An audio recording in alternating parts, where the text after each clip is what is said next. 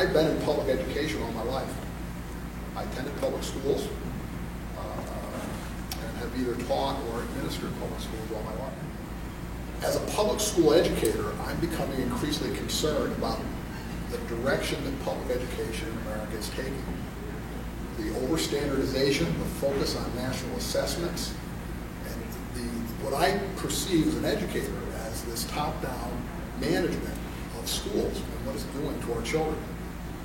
And what is troubling to me is I feel disenfranchised from public education right now. There's no place for those of us that work in public education who don't agree with this direction to be heard. And the question for us is, what do we do about that? Do we continue along with the ride and accept this direction, or do we find a way to try and change this course somehow? It's certainly not on a national or state level, certainly in the community where we work and with the children that we work with. And so I think that's what's brought me in right at this point. One of the questions that we're often asked is, why did we land on this concept? And I think over the months that we talked about it, there were a couple underlying themes that emerged for us. And the first one, popped up there. Choice became an increasingly important part of this conversation.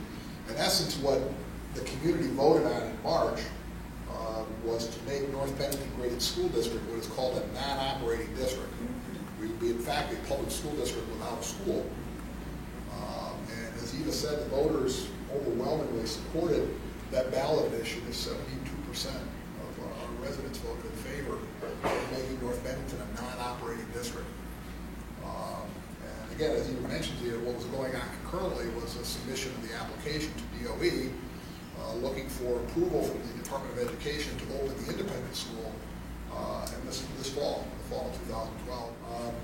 Other issues that kind of put us in this path, consolidation. It's pretty clear that current public school policy in the state of Vermont is focused on reducing the number of school districts. The commissioner makes he doesn't hide that. He says it pretty openly. His goal is to reduce the number of school districts in the state of Vermont. And I think it's safe to say that here in North Bennington, we don't agree with that. I think overall, what we see happening is an erosion of local control over what happens in your school. And we're going to share with you some of the examples of that over time. Go ahead. Some background. So what do these impacts have? Well, over program and curriculum. Now look at this as an example. Curriculum and program are now controlled by supervisory unions under Act 153. The Department of Education and the Federal Department of Education is now getting involved in it. You've heard this term, the Common Core. So what that tells us is that at the school district level, what our teachers teach our children in our school and our community is no longer directly under their control.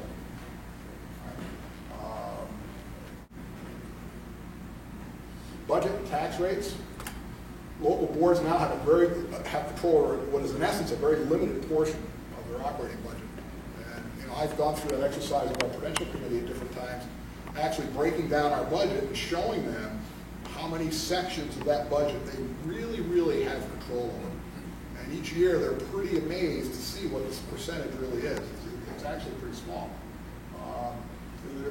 As I indicated up on the slide, the requirements to fund a variety of state and national programs, which the local boards have no control over.